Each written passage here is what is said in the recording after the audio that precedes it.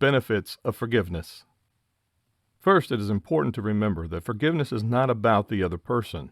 It's about you. Apology is exactly the same way.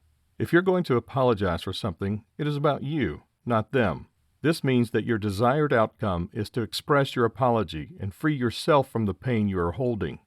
It is important that when you express your apology, you do not inadvertently turn it into a criticism of the other person. Please avoid accusing, assuming, blaming, criticizing, or judging. It is important to recognize that not all people have the same expectations regarding what a true apology looks like. So it is important to understand the other person's needs and expectations so that you can communicate to them in a language they can understand. Saying, "I'm sorry," followed by what you did, this shows that you know what you did wrong and why it hurt the other person. Only say this if you mean it. For many people, a heartfelt apology in this way satisfies them, knowing the person understood what happened and regretted their actions. However, for many people, a simple "I'm sorry" isn't enough. Saying "I was wrong." This shows that you admit your mistake or wrongdoing and take responsibility for it. When the other person apologizes, you believe they are genuine only when they take responsibility for their actions and admit that they were wrong. What can I do to make it right?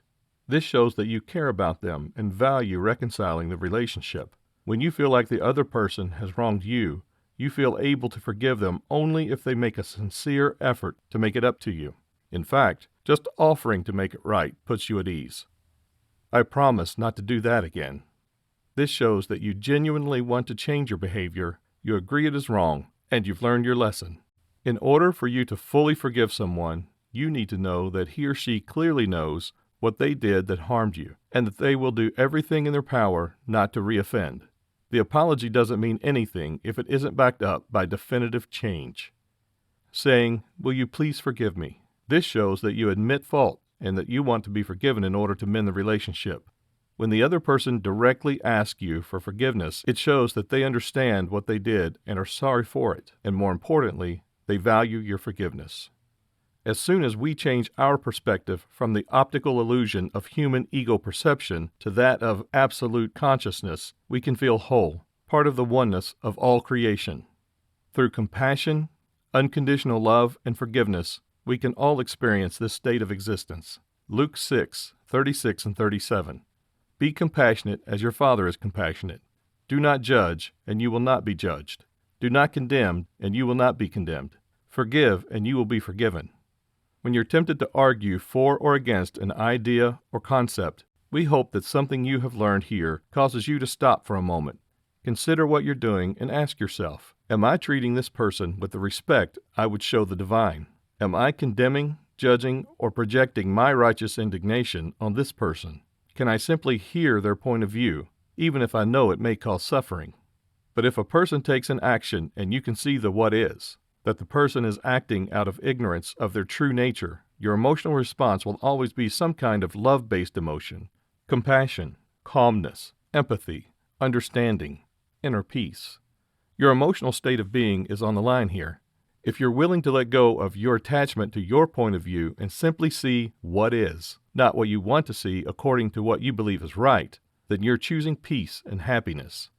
If a person takes an action and you're in a place of judgment, your emotional response will always be some kind of fear-based emotion: anger, frustration, righteous indignation, shame, guilt, vengeance.